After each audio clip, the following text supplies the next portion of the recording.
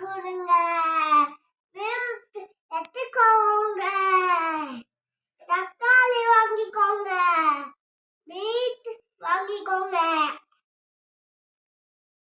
என்னது? அவரைக்காய் எடுத்துக்கோங்க, அவரைக்காய் வாங்கிட்டு போங்க, வாங்கிட்டு போங்க. அது தக்காளி வாங்கிட்டு போங்க.